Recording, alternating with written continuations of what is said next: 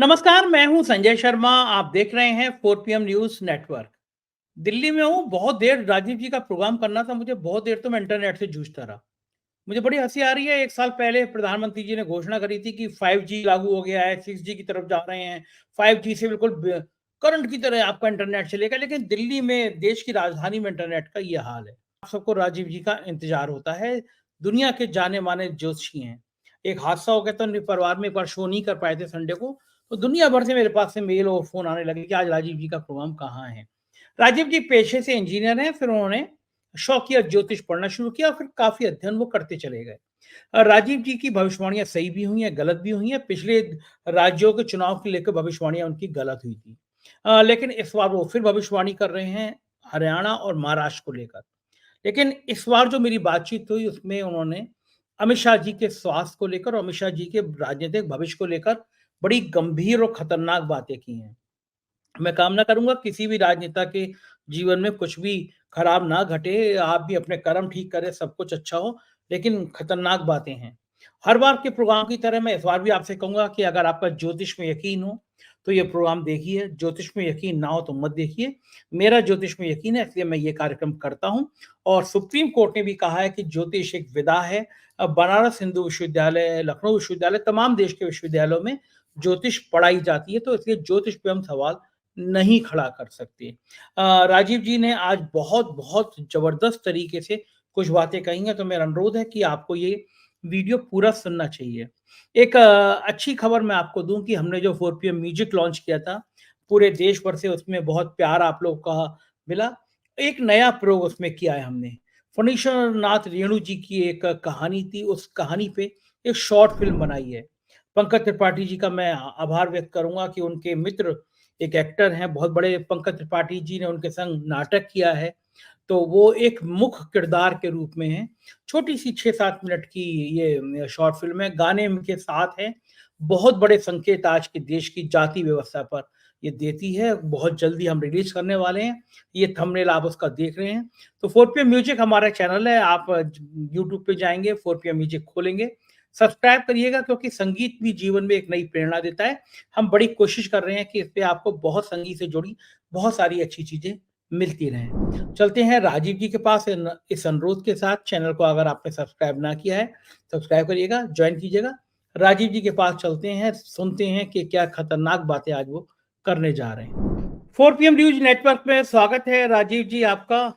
और मैं क्षमा चाहता हूँ आप इतने व्यस्त हैं आजकल बिटिया की शादी की तैयारियों में, तब भी मैं आपके से अनुरोध करके कार्यक्रम के लिए समय निकाल लेता हूँ, क्योंकि संडे के दिन अगर किसी दिन एक बार ऐसा हादसा हो गया था, प्रोग्राम नहीं आ पाया था, तो 1 घंटे के अंदर कम से कम 50-60 मेल अलग-अलग देशों से, अलग-अलग देशों से आए, ऑस्ट्रेलिया से, यानी कहाँ-कहाँ से, कि हाँ, राजीव जी का प्रोग्राम कहाँ है, राजीव जी का प्रोग्राम कहाँ है? तो आपकी ख्याति हुँ। पूरी दुनिया में फैली हुई है, इसलिए मैंने अनुरोध किया कि भैया शादी तो है ही है, लेकिन आधा घंटे का समय निकाल लीजिए।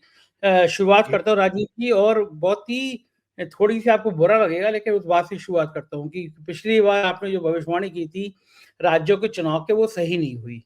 तो दर्शकों ने खूब गरियाया भी, आपको भी मुझे भी, कि भैया देखो भविष्यवाणी गलत कैसे हो गई। खैर फिर पिछले शो में आपने पूरे कारण दिए थे कि क्या-क्या लॉजिक है, क्या-क्या तर्क हैं।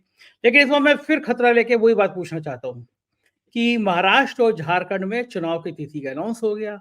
दोनों सेनाएँ सज गईं, अपने तलवार, तीर कमान निकल आया। महाराष्ट्र में तो उन्होंने, बीजेपी ने योजनाओं की झड़ी लगा दी, लाडली बहन, लाडला भाई, और जाने क्या-क्या।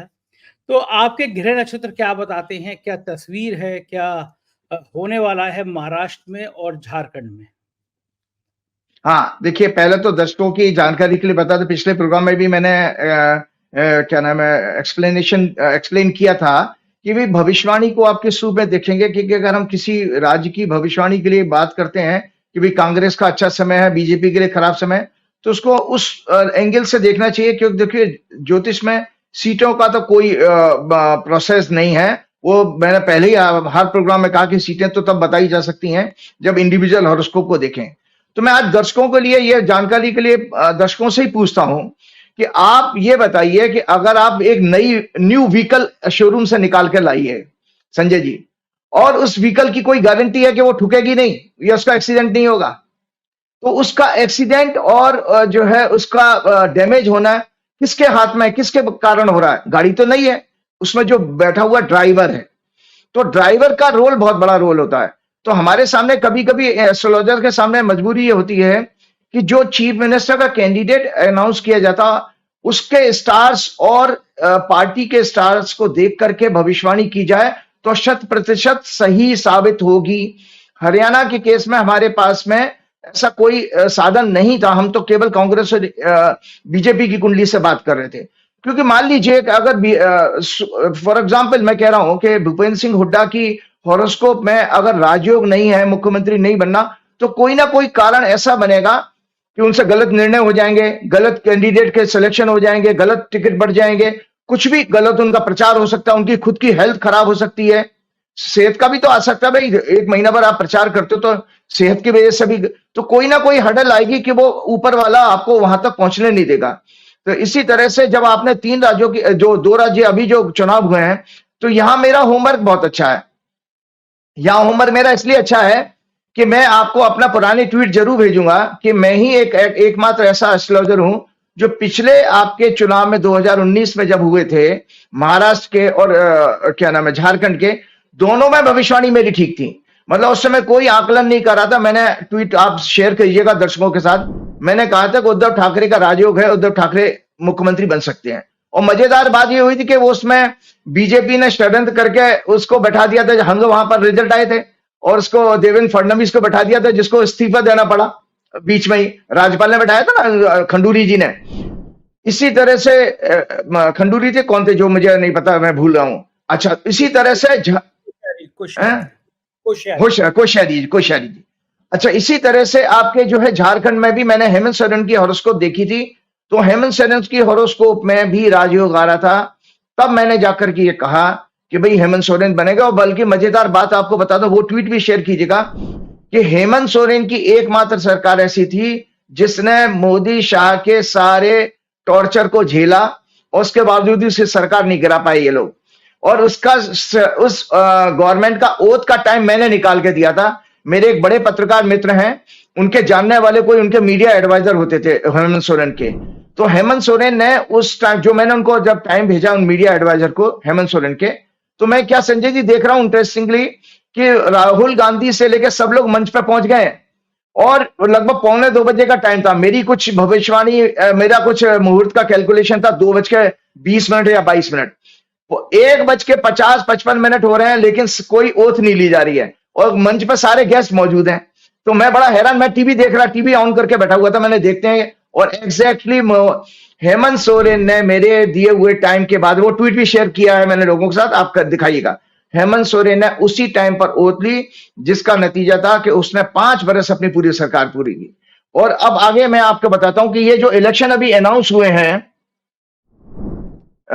इसमें क्या नाम है, महाराष्ट्र में और झारखंड में। हाँ जी, ये महाराष्ट्र में और इलेक्शन जो अनाउंस हुए, ये मैंने हॉरोस्कोप बनाई है, ठीक है जी। और इसमें 15 अक्टूबर को मंगलवार के दिन 3:53 पे चुनाव आयुक्त ने, मुख्य चुनाव आयुक्त ने यह घोषणा की थी। उसी समय आचार संहिता लग जाती है।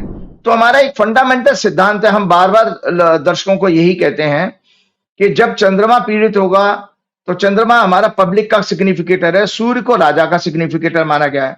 पब्लिक का परसेप्शन है, पब्लिक की इमोशंस है, पब्लिक की फीलिंग है संवेदना। तो वो पब्लिक राजा के विरुद्ध मतदान देगी। तो इस कुंडली में भी शनि से पीड़ित हो रहा है चंद्रमा।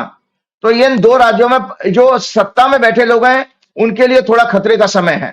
अच्छा, इसके बाद इसमें एक कंडीशन फिर भी मैं लगा रहा हूं, ये बात तो झारखंड के हेमंत सोरेन के लिए भी लागू हो जाती है। लेकिन अगर हेमंत सोरेन की हॉरोस्कोप अब मजबूत है तो उनको उसका फायदा जरूर मिलेगा। एक और मैंने इसमें ग्रह दिखा देता हूं, जो मैंने पिछली बार नहीं किया, आज मैं साहस करके कह रहा हूं कि इसमें सूर्य, जब चुनाव आयुक्त ने इलेक्शन अनाउंस किया था, उस समय सूर्य भी पीड़ित था।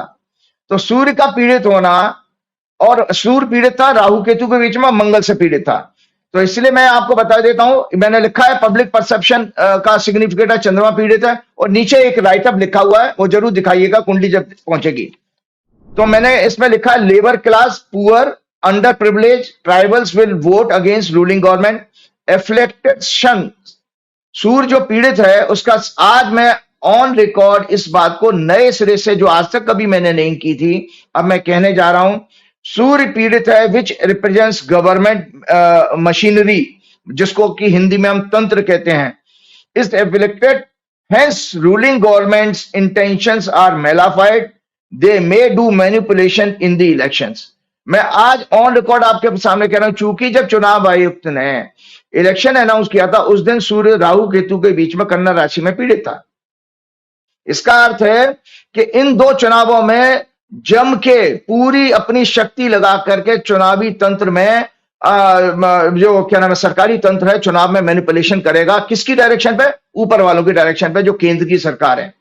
और आपको बताते तो उसका प्रत्यक्ष उदाहरण बताता हूं। हमारे अभी प्रेस कॉन्फ्रेंस आपके इलेक्शन कमिश्नर महोदय की सुन रहा था मैं, वो बहुत बड़ी बड़ी बातें कर रहे थे और उन्होंने तो एक झटके में सारे आपके पॉलिटिकल एनालिस्ट पंडितों को, एग्जिट पोल को और इन सबको जो है बिल्कुल जो है नकार दिया और उनको लो स्टैंडर्ड का बता दिया और उनको ये तक कह दिया कि इनके पास कोई मेथोडोलॉजी नहीं है, मतलब ये वही तुक्का मार रहे हैं। अब आप बताइए कि इन इलेक्शन महोदयों को, चूंकि मैं आपके प्रोग्राम में बता चुका हूं, पर्सनली मैं जानता हूं, व्हाट्सएप से कनेक्टेड हूं, मैंने लोकसभा के चुनाव से पहले इनको 4-5 दिन पहले एक मैसेज किया था कि राजीव जी आप एग्जिट पोल को रोकिए, ये धोखाधड़ी है, इसकी वजह से स्टॉक मार्केट में मैनिपुलेशन होता है। और तब तो उन्होंने रोका नहीं, तब तो उनको उस समय एग्जिट पोल अच्छे लग रहे थे क्योंकि सरकार को फायदा पहुंचा रहे थे।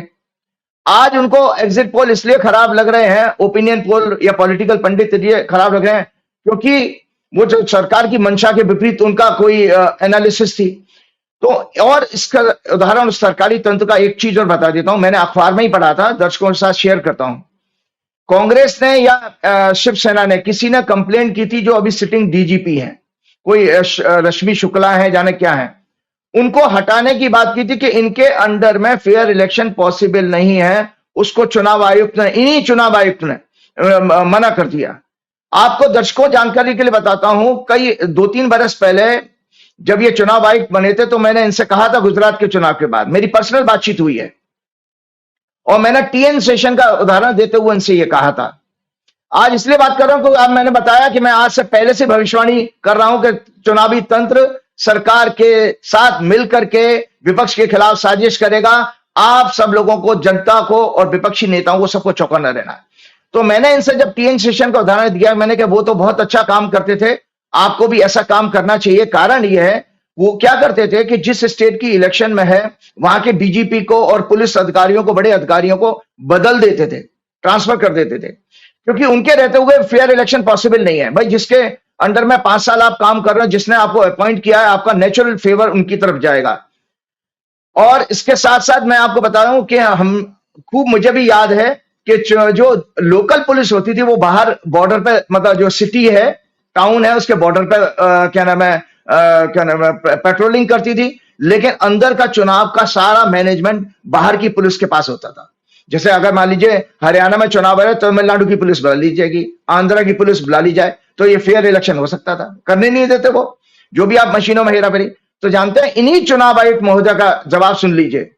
अरे राजीव जी, वो जमाना और था, अब ये जमाना और है। मतलब इतना थका हुआ सा जवाब दिया इन्होंने कि आपके अंदर करेज नहीं है, आपके अंदर ये करेज नहीं है कि इतना जबरदस्त ब्लैक मनी इस्तेमाल हो रहा है, काला धन इस्तेमाल हो रहा है, चुनाव में वोट खरीदे जा रहे हैं, ओपनली खरीदे जा रहे हैं, लेकिन चुनाव आयुक्त को कोई सर्दी गर्मी नहीं है। जबकि इलेक्शन रिफॉर्म में चुनाव आयुक्त को तो यह सबसे बड़ा चाहिए था कि जो भी चुनाव के प्रोसेस में मैनिपुलेशन है, फ्रॉड है, उनको रोकना का काम आपका था।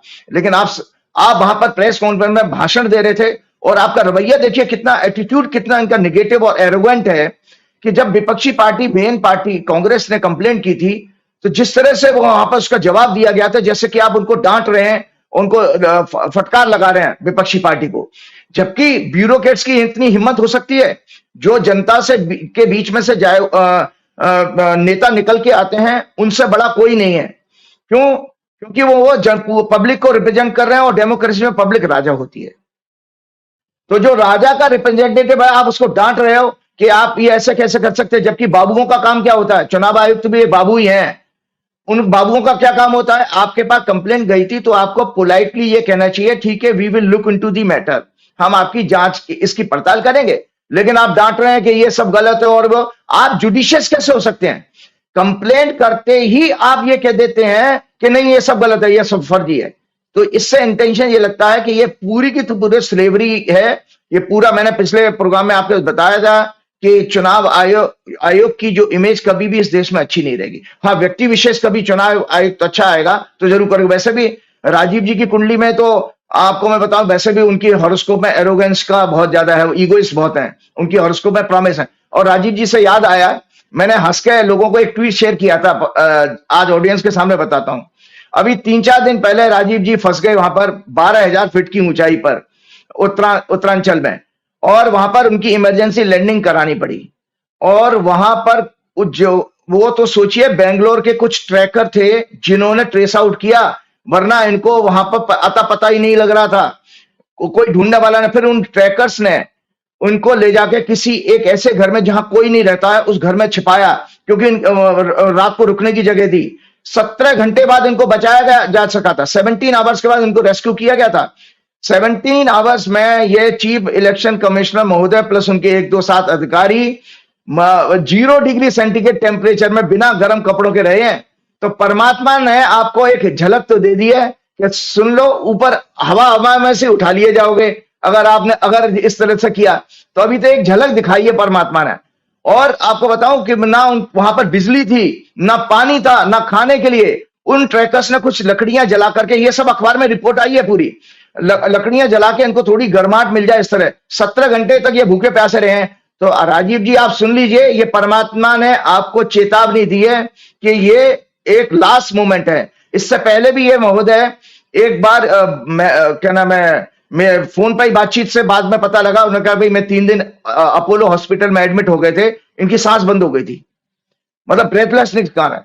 तो ये मैं इसलिए इन लोगों को चेतावनी देता हूं, देखिए मेरा काम है आपको बताना कि आप धर्म के रास्ते पर चलो, संविधान की रक्षा करना आपका सबसे परम कर्तव्य है। कोई राजा आए जाए उससे कोई लेना देना नहीं है, क्योंकि अगर संविधान नहीं रहेगा तो ये देश नहीं रहेगा और मानवता खत्म हो जाएगी।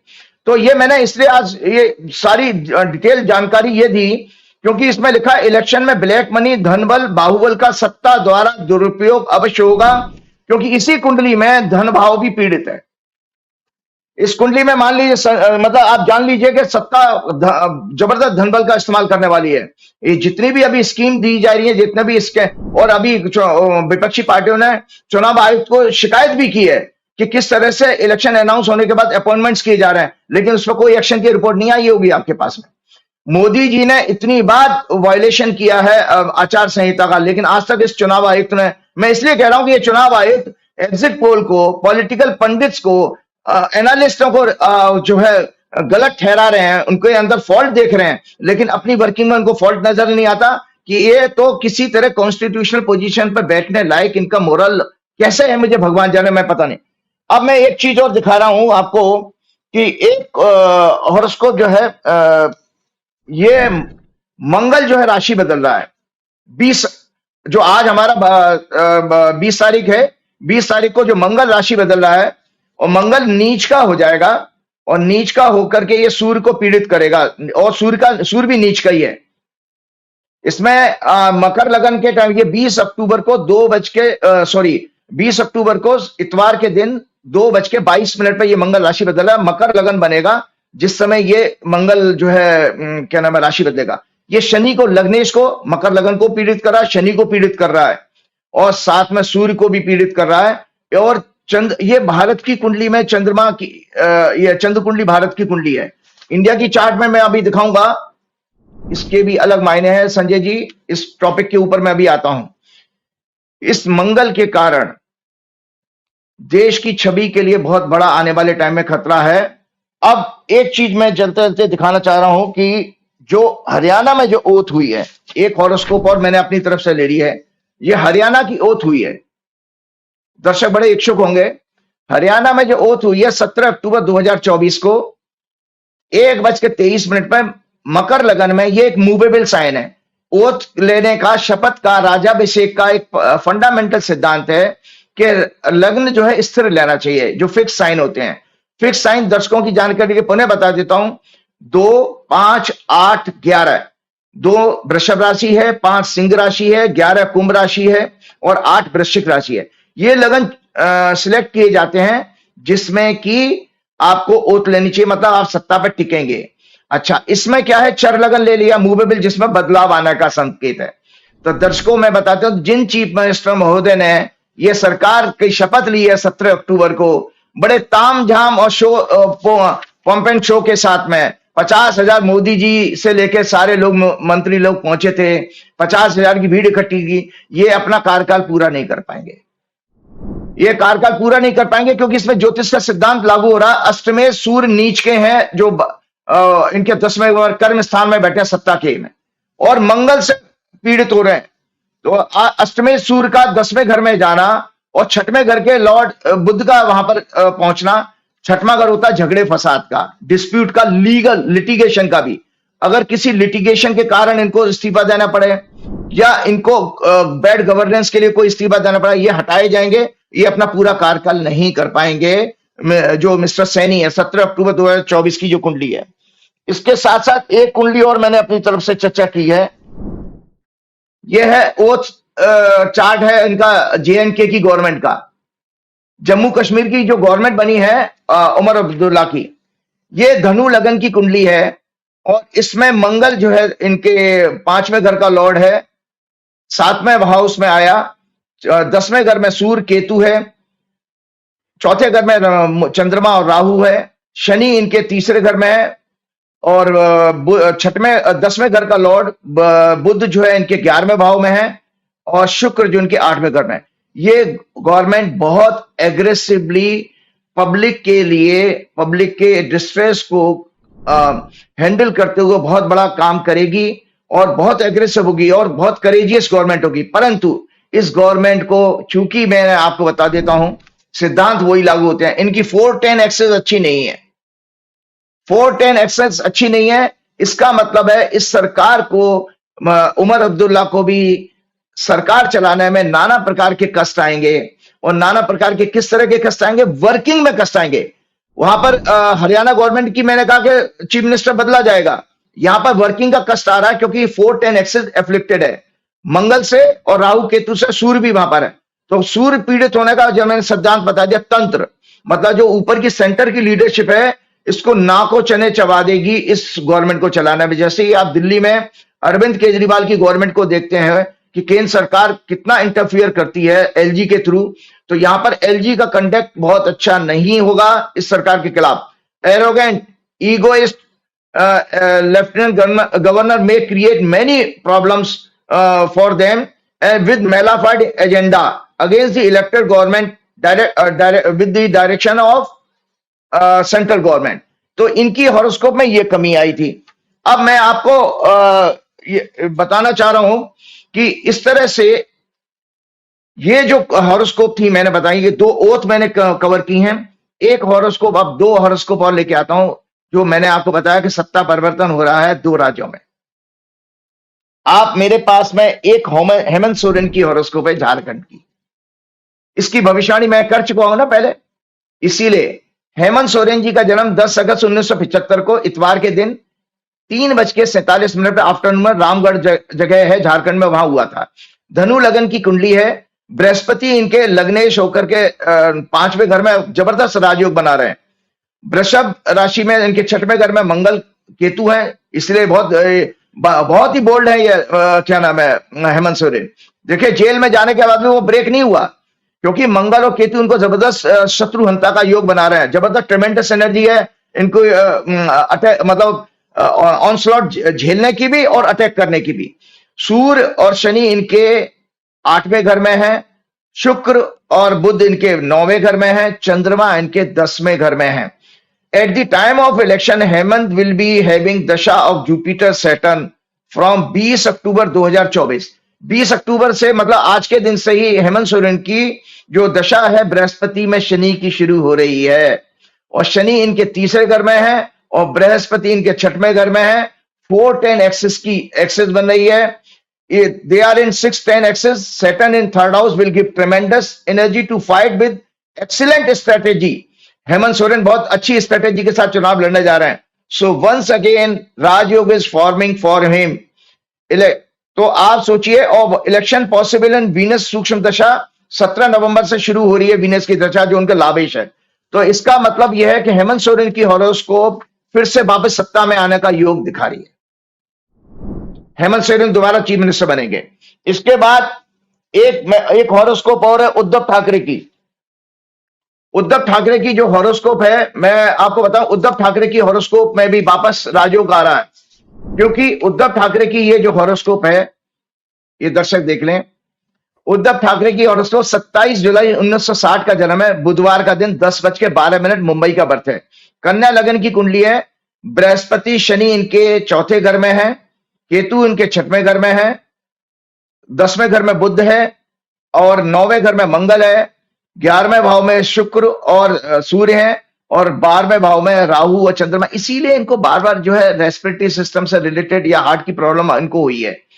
तो जो इनकी 18 नवंबर से जो अभी करंट में दशा इनकी चल रही है, वो जुपिटर मून की चल रही है और 18 नवंबर से इनकी जुपिटर सैटर्न की दशा शुरू हो जाए, जुपिटर मून सैटर्न की दशा, जो इनके चौथे घर में सिंहासन के घर में बैठे हुए हैं। इसका अर्थ यह है कि इनके लिए राजयोग फिर से वापस फॉर्म हो रहा है। तो हाँ, उद्धव ठाकरे की हॉरोस्कोप में राजयोग फिर से वापस आ रहा है। अब मैं आपको बताता हूं, एक हॉरोस्कोप और शेयर करता हूं महाराष्ट्र के चुनाव के लिए, क्योंकि झारखंड का मैंने कवर किया। महाराष्ट्र के चुनाव में हम कहते हैं कभी कभी हमारे सितारे खराब हो तो हम कितने ही बड़े टैलेंटेड आदमी हैं, लेकिन हम कुछ नहीं कर पाते। और जब ग्रह अगर कमजोर हो तो आप गधे को घोड़ा कभी नहीं बना सकते, कभी नहीं बना सकते। आप जितना मर्जी, आप चाहे अमित शाह हो, मोदी जी हो, सारे जहान की शक्ति लेके आ जाएं, सारे जहान की पावर, और इलेक्शन कमिश्नर भी वहां पर उल्टे लटक जाएं पूरे 12 साल तक, तो इलेक्शन कमिश्नर महोदय भी इसको नहीं बदल पाएंगे। वो है हॉरोस्कोप देवेंद्र फडणवीस की। देवेंद्र फडणवीस जो बीजेपी का नेता है, वहां पर 22 जुलाई 1970 का जन्म है इनका, सुबह 6:09 नागपुर का बर्थ है। इनकी कर्क लगन की कुंडली है, सूर्य मंगल इनके लगन में ही है, बुध भी साथ में है। इनके सेकंड हाउस में वीनस और केतु हैं और चंद्रमा इनका राहु के साथ में अष्टम भाव में। वर्तमान दशा इनकी केतु चंद्र में, उसके बाद केतु मंगल अप्रैल 2025 तक चलेगी।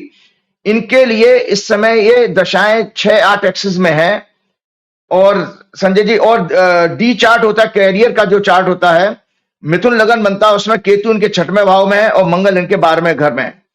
तो अतः मैं आपको बता रहा हूं, ये 6-8 की एक्सिस है, जो किसी भी तरह से देवेंद्र फडणवीस को सत्ता का सुख नहीं लेने देगी। इस बेचारे पॉलिटिशियन के साथ सबसे बड़ा दुर्भाग्य ये रहा कि अभी तक ये अटैचिड हो रहा है, कभी वो शिंदे की अटैचिड हो रहा है, कभी अजीत पवार की अटैचिड हो रहा है। उससे पहले मतलब आप देखिए, इनको बनाया गया जो कोश्यारी जी के टाइम में, तो उस समय भी इनको तुरंत 2 दिन के बाद इस्तीफा देना पड़ा। मैंने इनकी हॉरोस्कोप को देखते हुए उसमें प्रेडिक्ट की थी कि ये अमावस्या के दिन इस्तीफा दे देंगे, और एग्जैक्टली उसी दिन उन्होंने रिजाइन किया था। मैंने ये तक बता दो, और किसी ने मेरी ऑडियो रिकॉर्डिंग भी सेव कर रखी थी, वो ऑडियो रिकॉर्ड चली, मैंने कहा ये इस्तीफा दे देगा, और एग्जैक्टली अमावस्या के दिन दिया। सो देवेंद्र फडणवीस की हॉरोस्कोप किसी भी तरह से राजयोग नहीं दिखाती है, जिसके कारण देवेंद्र फडणवीस को कोई सत्ता में वापसी का संकेत नहीं मिला, और जिसका नुकसान भाजपा को जरूर जरूर उठाना पड़ेगा। बिल्कुल ठीक बात है। ये हुआ 2 राज्यों का आकलन। एक बड़ा सेंसिटिव मुद्दा गृह मंत्री अमित शाह से जुड़ा है। आपने पहले भी अमित शाह जी की जन्म पत्री को अध्ययन किया था, उनके बारे में बताया था। इधर अमित शाह का नाम विदेशों के कई स्कैंडल मतलब जो विदेश नीति से जुड़ा मामला तो है, लेकिन अमित शाह का नाम आ रहा है, रॉ का मामला आ रहा है, और तरह तरह की चीजें आ रही हैं सामने, क्योंकि देश हित में उन पे हम ज्यादा बात नहीं करेंगे। हम चाहेंगे कि भारत की संप्रभुता कायम रहे, लेकिन जो नाम आ रहा है अमित शाह का, वो बड़ा सेंसिटिव है। अमित शाह के सितारे क्या कह रहे हैं कि क्या विदेश के कुछ स्कैंडल्स में, जासूसी कांड में या अलग अलग चीजों में अमित शाह के सितारे बेहतर हैं? क्या अगले प्रधानमंत्री वो हो सकते हैं? उनका स्वास्थ्य कैसा रहेगा? अमित शाह की जन्मपत्री पे आज हम कुछ आपसे चर्चा करना चाहते हैं। बहुत अच्छा। एक और चीज, मैं अमित शाह जी की हॉरोस्कोप पे बात करने से पहले एक चीज और बताता हूँ। एक हॉरोस्कोप में अभी और डिस्कस करना चाहे, वो है इंडिया अलायंस की कुंडली। हमने जब हरियाणा की जब इलेक्शन हुआ था, तो 2 पार्टी थी, कांग्रेस और बीजेपी। लेकिन यहां पर अभी हम इंडिया अलायंस के हॉरोस्कोप को जरूर देखेंगे, क्योंकि आप देखिए 2 राज्यों के जो चुनाव हुए हैं अभी, और मैंने न्यूज़पेपर में भी इस तरह की चीज पढ़ी थी कि उसमें कांग्रेस जहां पर सोलो लड़ रही थी, वहां पर उसको उसको किसी भी कारण से सफलता नहीं मिली, लेकिन एक इंडिया अलायंस की एक सरकार बन गई। एक इंडिया अलायंस की टैली में एक नया स्टेट जुड़ गया JNK के रूप में। तो मैं दर्शकों को ये बताता हूं, ये इंडिया अलायंस की कुंडली आज मैं फिर से चर्चा कर रहा हूं। ये इंडिया अलायंस की कुंडली है 18 जुलाई 2023 की, जो बेंगलोर में फॉर्म हुआ था 4:20 पर दोपहर को। वृश्चिक लग्न की कुंडली, शनि इनके चौथे घर का स्वामी के चौथे घर में है, बृहस्पति राहु के साथ में छठवें घर में, और इनके 9वें घर में चंद्रमा बुध सूर्य है, और 10वें घर में मंगल वीनस है। लग्नेश का मंगल का 10वें घर में पहुंचना ये राजयोग है, और केतु जो है आपके इनके 12वें घर में। संजय जी, इसमें मंगल जो है इनके 20 अक्टूबर को भाग्यस्थान में आ रहा है, जबरदस्त राजयोग आ रहा है। इसका अर्थ भी है, अपार्ट फ्रॉम मैंने 2 कैंडिडेट की कुंडली चर्चा की, मतलब उद्धव ठाकरे की और हेमंत सोरेन की। आज मैं पार्टी के रूप में जब देखता हूं, संगठन के रूप में, तो आपकी इसकी दशा भी अभी सुन लीजिए। अभी शनि में, शुक्र में जुपिटर चल रही है, और 14 जून 2024 से इनकी शनि शुक्र और शनि वापस दशा शुरू हो रही है। तो हॉरोस्कोप अगर किसी की मजबूत है बीजेपी से भी ज्यादा, तो इंडिया अलायंस की हॉरोस्कोप मजबूत है। इसका अर्थ यह है कि इंडिया अलायंस की हॉरोस्कोप के अनुसार इंडिया अलायंस को गेन होने जा रहा है दोनों राज्यों में इंडिया अलायंस जीतने जा रही है। क्योंकि शनि, आप मजे की बात देखिए, 23 नवंबर को दर्शक जो एस्ट्रोलॉजी जानते हैं वो सब इस चीज को देख सकते हैं। 23 तारीख को रिजल्ट आएंगे, और संजय जी 15 नवंबर को, 23 नवंबर को रिजल्ट आ रहे हैं, 15 नवंबर को और 20 नवंबर को इलेक्शन है वहां महाराष्ट्र का, और 13 तारीख को है आपका झारखंड का। 15 नवंबर को शनि मार्गी हो रहे हैं, अभी वक्री चल रहे हैं, और इनके कुंभ राशि में ही है जो उनकी जन्म की कुंडली में है। तो ये इनकी कुंडली बहुत बहुत जबरदस्त मजबूत है। अब इसके साथ एक बात मैं अभी करता हूं, अभी जो मैंने कर्क लग्न की कुंडली दिखाई थी, तो इसमें भारत की कुंडली दिखा देता हूं मैं आपको पहले, अमित शाह के ऊपर आने से पहले। ये इंडिया का चार्ट है। इंडिया के चार्ट में मंगल 5 ग्रहों के ऊपर से गोचर करेगा। इंडिया के कुंडली में तीसरे घर में चंद्रमा बुध शनि शुक्र और सूर्य हैं, इनके तीसरे घर में 5 ग्रह हैं। राहु इनके लगन में है, मंगल इनके दूसरे घर में है, छठवें घर में बृहस्पति है, और केतु इनके 7वें घर में है। तो मंगल इस वृषभ लग्न, टॉरस लग्न की कुंडली में 12वें घर का लॉर्ड है। 12वां घर होता है प्रदेश का, और वो उसका स्वामी अगर फॉरेन के हाउस का लॉर्ड अगर 3rd हाउस में जाके नीच का हो रहा है, और वहां पर जो जन्म की कुंडली में 5 ग्रहों को प्रभावित कर रहा है, जिसमें 6वें घर का लॉर्ड शुक्र भी है, लग्नेश भी है जो, और सूर्य इनका है वो भी है, और 10वें घर का शनि भी है। तो जो 20 अक्टूबर को दर्शकों मैंने आपके साथ जो कुंडली चर्चा की है राशि बदलने की मंगल की, ये भारत के लिए विदेश नीति के मामले में बहुत सबसे खराब समय है, और थोड़ा बहुत समय नहीं है, ये कम से कम 5 से 6 महीने का समय खराब आ रहा है। क्योंकि यही मंगल, ये मंगल जो है दिसंबर के फर्स्ट वीक में वक्री हो जाएगा। वक्री होकर के फिर ये जनवरी में वापस मिथुन राशि में आएगा, उसके बाद फिर कर्क में जाएगा। मतलब कर्क और मिथुन के साइन में मंगल का गोचर लगभग 4 महीने के आसपास का रहने वाला है। इस दौरान इसमें चूंकि 12वें घर का लॉर्ड है, मंगल जो है बेसिकली जो आपकी इन्वेस्टिगेटिंग एजेंसीज होती है ना, रॉ वगैरह, रॉ है, पुलिस है, आपका जो भी इंटरनेशनल या डिफेंस फोर्सेज हैं, ये इंडिकेट करता है कि हमारे पड़ोसी देशों के साथ संबंध बद से बदतर होने वाले हैं।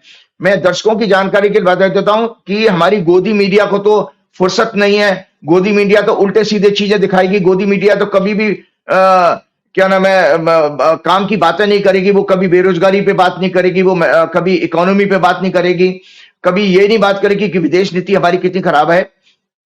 जापान के एक मीडिया अखबार में एक रिपोर्ट आई थी कि भारत की जो मिसगाइडेड फॉरेन पॉलिसी के कारण भारत का साउथ ईस्ट एशिया में कोई भी मित्र नहीं है, कोई फ्रेंड नहीं है, ये जापान ने कहा था। और आपको जानकारी के लिए बता दो कि जिस तरह से कनाडा से लेके 5 आईज जो कंट्री हैं, जिसमें कनाडा, अमेरिका, न्यूजीलैंड, इंग्लैंड और क्या नाम है जो है कनाडा, ये जो है, और ऑस्ट्रेलिया है 5वां देश, इनकी जो इन्वेस्टिगेटिंग एजेंसीज हैं वो भारत के ऊपर पूरी तरह निगाह रखी हुई हैं तो ये जो ग्रह का योग बन रहा है, इसमें भारत की जन्म कुंडली जिनके पास जो ज्योतिष के जानकार है, सब देख लीजिएगा कि चंद्रमा, बुध, शनि, शुक्र और सूर्य के ऊपर से गोचर कर रहा है। तो हम लोग ट्रांजिट में ये देखते हैं कि अगर गोचर का ग्रह कोई पाप ग्रह और नीच का हो जाए, उसमें भी क्रूर ग्रह है, और अगर वो जन्म की कुंडली के ग्रहों के ऊपर से गोचर करता है, इसका मतलब हमारे लिए कष्ट आ रहा है। मतलब आप अगर इंडिविजुअल हॉरोस्कोप में, दर्शकों आपको बता देता हूं, अगर जन्म का कोई पाप ग्रह आपके लग्नेश के ऊपर से, छठवें घर से ऊपर से कहीं से पीड़ित होकर जा रही है, या 10वें घर से, और नौकरी चली जाएगी आपकी, आप बीमार पड़ सकते हो, आपके यहाँ चोरी हो सकती है, आपके ईडी सीबीआई के छापे लग सकते हैं वगैरह, मतलब नाना प्रकार के कष्ट आएंगे।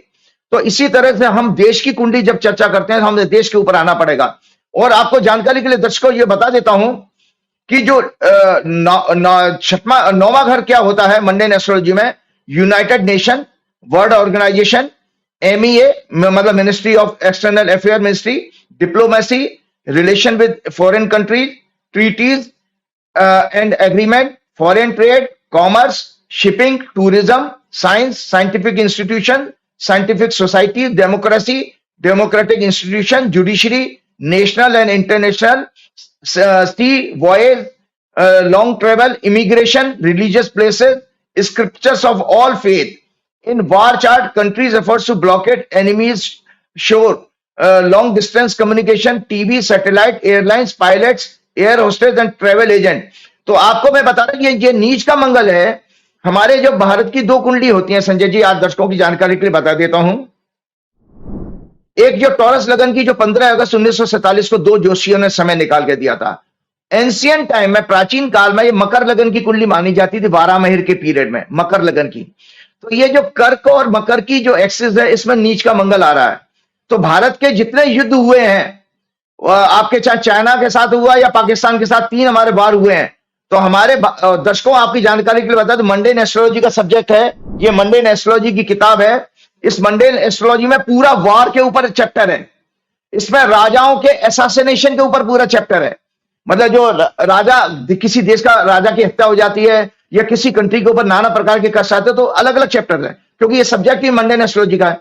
तो इसमें वार के ऊपर बताया गया कि जब जब भारत की टॉरस और स्कॉर्पियो की एक्सिस पीड़ित होती है, या मकर और कैंसर और कैप्रिकॉन की एक्सिस पीड़ित होती है, तो उस समय भारत किसी तरह के संकट में दुश्मनों के साथ युद्ध जैसी हालात बनते हैं, और युद्ध हुआ भी है।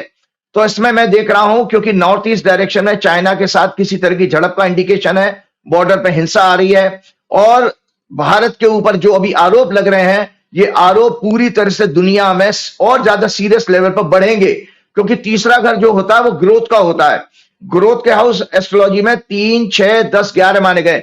किसी चीज का एक्सपेंशन संजय जी तब होता है कि जब उसमें आपके पाप ग्रह पहुंच जाए, या उस ग्रह उस हाउस से संबंध बना रहा।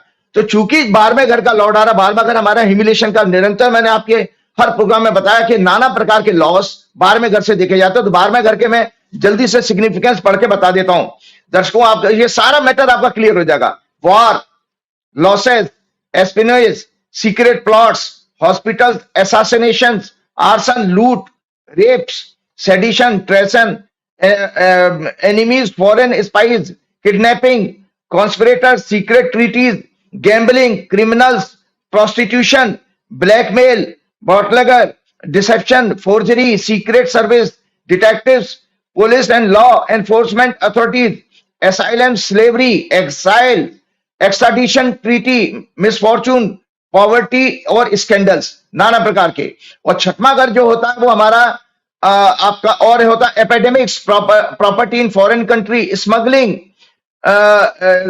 और life in foreign country, success abroad. आपको पता है बीजेपी की जब चार्ट मैंने दिखाई थी आप लोगों को, तो बीजेपी के चार्ट में मैंने बताया था, ये बीजेपी के चार्ट में मैंने बताया था दर्शकों, ये बीजेपी का चार्ट है कि बीजेपी के चार्ट में दरअसल ड्रग्स स्मगलिंग, ड्रग्स का, काले धन को बाहर भेजने का पूरा योग है।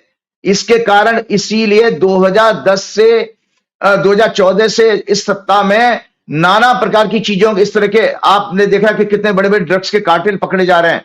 और दर्शकों को जानकारी के लिए बता देता हूं दर्शकों, जब मोदी जी सत्ता में आए थे तो हमारे जो देश के टॉप जो आपके कॉर्पोरेट हाउसेस थे, उन लोगों की total wealth approximately 29 lakh crore होती थी। 29 lakh 29 lakhs crore approximate wealth थी, जो कि अभी रिसेंटली वो 10 बरस में 3 टाइम्स से भी ज्यादा बढ़ गई है, 93 lakhs समथिंग करोड़ होगा। तो पैसा किसके पास जा रहा है? पैसा केवल वो कॉर्पोरेट के पास गया और आम आदमी गरीब होता चला जा रहा है। इसमें कोई हमारी जो है क्या नाम है, मीडिया और वो सब नहीं दिखा रहे हैं। और छठवां घर होता है, 6th हाउस होता है arm forces, terrorist attacks, war, labour unrest, state loans, debts, medical services, doctors, medical staff, national food supplies, service class, under privilege. तो ये मैं संजय जी इसलिए मैंने आज आपको बात बताई क्योंकि ये जो तीसरे घर का मंगल है, इसकी चौथी दृष्टि छठवें घर पर भी जा रही है। तो छठवां घर, 9वां घर, 10वां घर, और ये शनि को पीड़ित करेगा। ये मंगल जो है 8वीं दृष्टि से शनि को पीड़ित करेगा। शनि की 2 राशियां इसकी गिरफ्त में आ रही है इस मंगल की। सो ये जो 4 महीने हैं ये नरेंद्र मोदी जी की सरकार के लिए बहुत डिफिकल्ट हैं। अब आ जाता हूं मैं, एक चीज और मैं बता देता हूं। अब आता हूं एक कुंडली की जो आपने जो चर्चा की थी उसको मैं बता देता हूं इस हॉरोस्कोप में। ये है अमित अनिल भाई साहा की। इनका पूरा नाम है अमित अनिल चंद्र शाह। 22 अक्टूबर 1964 की जन्म है। सुबह 5:23 35 सेकंड का मुंबई का बर्थ है। कन्या लगन की कुंडली है। ये कुंडली हमने पहले भी एक बार चर्चा की थी। सूर्य बुध इनके दूसरे घर में है, शनि इनके छठवें घर में, अपने घर का, इसीलिए बहुत करेजियस और बोल्ड बहुत है ये। और चंद्रमा इनके 8वें घर में है, शनि से पीड़ित हो रहा है तीसरी दृष्टि से। बृहस्पति इनके 9वें घर में है, धार्मिक माइंडसेट के आदमी तो है ये। और राहु और केतु इनके चौथे और 10वें घर में है। मंगल इनका नीच का है और 11वें भाव में है। और शुक्र इनका 12वें घर में है, जो शनि से पीड़ित हो रहा है। और शनि किससे? 8वीं दृष्टि से मंगल से पीड़ित हो रहा है। दर्शक देख लें कि शनि को ऊपर नीच के मंगल की दृष्टि आ रही है। अब इनका जो गोचर में जो 20 अक्टूबर को जो मंगल आ रहा है वो जन्म के मंगल से गोचर करेगा। दर्शकों, जो मैंने अभी सिद्धांत बताया था कि जब भी जन्म के ग्रह के ऊपर से कोई गोचर का ग्रह पास करता है तो कोई भी भयंकर कष्ट आपके लिए आने वाला है। तो मैं दर्शकों जानकारी लिए बता देता हूं कि मैंने बीजेपी की जो हॉरोस्कोप चर्चा की थी, ये आपकी वर्षफल है। ये वर्षफल की कुंडली भी मैंने दर्शकों दिखाई थी बीजेपी की हॉरोस्कोप में, कि इसमें मुंथा जो है छठवें घर में, जो 12वें घर को देख रही है, और मंगल और शनि सब इकट्ठे हैं। इनकी कुंडली में कन्या लगन की कुंडली जो अमित शाह का ही हॉरोस्कोप बनता है, छठवें घर में मंगल, शनि, चंद्रमा और मुंथा है। और 7वें घर में शुक्र, राहु, सूर्य हैं। और बुध इनका लग्नेश होकर के अष्टम भाव में बृहस्पति के साथ है। तो इनका जो 12वां घर होता है सिंह राशि बनी, सूर्य। तो दर्शकों की जानकारी के लिए बता देता, ये राइट अप आप दिखा दीजिएगा। इसमें मैंने नीचे की तरफ लिखा हुआ है कि इनकी विदेशों में छवि और बिगड़ेगी, जनता का इनसे मोह भंग होगा। इनका निरंतर प्रतिष्ठा निम्न स्तर पर चली जाएगी। भ्रष्टाचार, अनैतिक राजनीतिक पॉलिसीज एक्शन के कारण गिरता जाएगा। आपके दर्शकों की जानकारी के लिए बता देता हूं कि जिस FBI ने जिसको अभी भगोड़ा साबित किया है विकास यादव को, उस विकास यादव को दिल्ली पुलिस ने भगवान जाने किसको कवर अप करने के लिए, किसको बचाने के लिए उसको अरेस्ट कर लिया है। क्योंकि अभी कल के ही मैंने कहीं न्यूज में पढ़ा था कि विकास यादव को अरेस्ट कर लिया है, जिसको अमेरिका मोस्ट वांटेड, मतलब वांटेड है अमेरिका में वो। और जिस तरह से ये जो सब चीजें हुई हैं, तो एक अमित शाह जी के लिए मैं बता देता हूं खतरे का समय है कि अमित शाह जी के छठवें घर में शनि गोचर कर रहा है और उनका जन्म का शनि भी वही है छठवें घर में। और 11वें भाव से नीच का मंगल जो उनके जन्म के मंगल से गोचर करेगा। तो अमित शाह जी की हेल्थ के लिए किसी तरह के कैंसर के बढ़ने के समाचार आ रहे हैं, क्योंकि इनकी जो बीमारी आपको बताता हूं, ही वाज जेल्ड इन दी। आप क्यों ऐसी बातें बोल रहे हैं? आप बोलते नहीं, मैं आपको बता रहा हूं कि अमित शाह जी के लिए बहुत कष्टकारी समय है। इनके मैंने इसकी कुंडली में कई सारी घटनाओं को इसमें मैच किया था। इनकी मदर 8 जून 2010 को डेथ हुई थी इनकी। ये 25 जुलाई 2010 को अरेस्ट हुए थे, 3 महीने जेल में रहे थे और 29 अक्टूबर 2010 को उनकी जमानत मिली थी। And he was operated for lipoma, इन कोई बीमारी है जिसमें सिस्ट हो जाती, गांठ हो जाती, जो गर्दन में हुई थी। वो सितंबर 2019 में हुई थी, तब भी इसी तरह की दशा चल रही ग्रह की। और अगेन इनको एम्स में 2 अगस्त 2020 को एडमिट किया गया था। 1 महीना करीब रहे थे, उस समय भी इसी तरह के राहु में इनकी दशा थी, राहु में शनि की दशा आ गई। वर्तमान में इनकी दशा गुरु में शनि की चल रही है और शनि इनका भयंकर पीड़ित है नीच के मंगल से, जो गोचर में भी उस जगह से गोचर कर रहा है और अमित शाह जी के लिए बहुत कष्टकारी है। और अमित शाह जी की कुंडली में आपको एक और बताता हूं, वाणी दोष है, इसीलिए ये कभी कभी रफ इतना बदतमीजी से या रफ बोल देते होंगे जो दूसरों को खराब लगता होगा। एरोगेंट बिहेवियर है इनका, क्योंकि इनका मंगल की जो नीच के मंगल की दृष्टि सूर्य और बुध पे जा रही है, जो इनके आपके सेकंड हाउस में। और आपको बता देता हूं, मंगल इनका 64 नवांशा लॉर्ड है और सन इनका 22 दृष्टिकोण लॉर्ड है। अमित शाह जी का जन्म 22 अक्टूबर का है और आज हम 20 अक्टूबर को प्रोग्राम कर रहे हैं। तो ये अमित शाह जी का जन्म आ रहा है, इसलिए अमित शाह जी की कुंडली मेजर को मैंने कहा भाई ज्योतिषी का कुंडली डिस्कस करने का एकमात्र ऑब्जेक्टिव होता है कि भाई लोग अपनी पूजा पाठ अर्चना करके कुछ अपने कष्ट को कम करने के लिए प्रार्थना ईश्वर से कर सकते हैं। तो मैं भी ईश्वर से यही प्रार्थना करूंगा, अमित शाह जी को इन चीजों का ध्यान रखना चाहिए कि उनके लिए किसी तरह से विदेश से कोई, क्योंकि भारत की कुंडली जो मैंने दिखाई थी उसमें भी भारत के किसी महत्वपूर्ण नेता के ऊपर, क्योंकि भारत की कुंडली में नीच के मंगल की 10वें घर पर 9वें घर पर है, जो संवैधानिक पद पर बैठा हो, मंत्री पद हो या किसी इस तरह के ऊपर प्रॉब्लम आने वाली है। इनका नाम अभी आया और दर्शकों में जानकारी के लिए बता देता हूं, वॉशिंगटन पोस्ट कोई छोटा मोटा अखबार नहीं है। वॉशिंगटन पोस्ट आपके यहाँ का गोदी मीडिया नहीं है। वॉशिंगटन पोस्ट वो अखबार है जिसकी एक रिपोर्ट के ऊपर निक्सन को इंपीचमेंट प्रोसेस शुरू हुआ था और उनको अल्टीमेटली रिजाइन करना पड़ा था। तो उस वॉशिंगटन पोस्ट में नाम आ जाना, यह भारत के लिए बड़ा चिंता का विषय है। और अमित शाह जी की कुंडली जो है बहुत अच्छा जो है समय नहीं बता रही है। चलते चलते एक चीज और मैं बताना चाह रहा हूं, बीजेपी की हॉरोस्कोप जो दर्शकों मैंने आपको दिखाई थी, आज आपको बता देता हूं, अध्यात्म की बात है, उसके बाद प्रोग्राम हम खत्म करेंगे।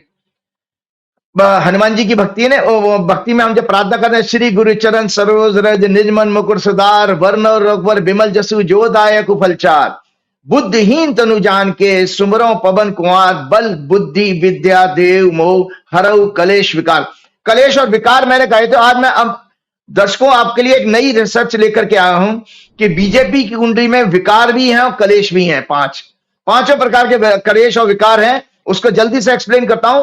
शास्त्रों के अनुसार मनुष्य जीवन में सभी संघर्षों, नैतिक पतन और पापों के कारण 5 विकार को अंग्रेजी में कहते हैं मेंटल डिसऑर्डर, और 5 कलेश, ट्रिबुलेशन, डिस्ट्रेस, मिजरी कहा गया उसको। तो 5 विकार क्या है? आपके काम, जिसको लस्ट कहते हैं अंग्रेजी में, क्रोध, एंगर, लोभ, ग्रीड, मोह, अटैचमेंट, ईर्ष्या, जेलसी। और 5 कलेश क्या है? अज्ञानता, इग्नोरेंस, ईगो, अहंकार, अटैचमेंट, राग, द्वेष, हेट्रेड, एवर्शन और फोबिया, फियर। तो एस्ट्रोलॉजिकल रीजन है बीजेपी की कुंडली में, जो क्यों मैं कह रहा हूं बीजेपी की कुंडली में 5 विकार हैं और 5 प्रकार के कलेश भी हैं। इसीलिए यह पार्टी कभी भी देश में हार्मोनी, पीस नहीं ला सकती। वो क्यों है? इनके 4 ग्रह, दर्शकों ज्योतिष का एक रिसर्च है, इनके 4 ग्रह थर्ड हाउस हमारा काम का भाव माना गया और पीड़ित है। वक्री मंगल है वहीं पर, वक्री गुरु है, वक्री शनि है और राहु है। वक्री मंगल 6वें भाव झगड़े के घर का स्वामी है, इसलिए क्रोधी और विंडिक्टिव है बीजेपी। थर्ड हाउस में राहु शनि पीड़ित होकर के टॉक्सिकेशन, ड्रग्स वगैरह का रीजन और लालच का कारण भी बताते हैं। Weak moon in 6th house, emotionally weak, confuse and phobia है इनके। 9वें घर में सभी पाप ग्रहों से पीड़ित बुध, जिसको कपट योग बनता है, चुगली, निंदा करना, झूठ बोलना और ईर्ष्या का कारक है। 5 कलेश क्या है? वक्री गुरु राहु गुरु चंडाल योग बना रहे हैं, जो अज्ञानता का कारण है। क्योंकि कलेश में मैंने अज्ञानता कहा था, क्योंकि गुरु चंडाल योग है तो अज्ञानता का कारक है इनके में, अज्ञानता भी है इस पार्टी में। सूर्य 10वें घर में शनि से पीड़ित है, मंगल के द्वारा एस्पेक्टेड है, जो ruthless governance with pride and egoist attitudes को सिग्निफाई करता है। चंद्रमा इनके 6वें भाव में डिजायर के घर है और वीक है, इंडिकेट करता राग को। वक्री और पीड़ित गुरु और बुद्धि का कारक पीड़ित बुध 9वें घर में लैक ऑफ विजडम के कारण हेट्रेड, द्वेष को बताता है। नीच का चंद्रमा मंगल से पीड़ित 6वें भाव में फोबिया, ओसीडी, स्किज़ोफ्रेनिया बीमारी का संकेत देता है। तो ये इनकी कुंडली में नाना प्रकार के पाप और नैतिक पतन के योग हैं। इसके कारण ये पार्टी ऐसा बिहेव करती है और पूरी दुनिया में इस पार्टी की बदनामी हो रही है।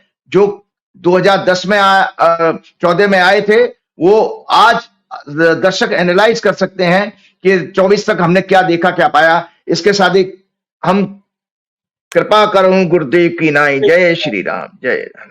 बहुत बहुत शुक्रिया राजीव जी, इतना समय दिया, आभार, थैंक यू। तो ये थे राजीव जी, और आपने सुना कि कितनी जबरदस्त बातें आज इन्होंने की हैं। मुझको यकीन है ये बातचीत आपको पसंद आई होगी। चैनल को अपना प्यार देते रहिएगा। शुक्रिया, थैंक यू।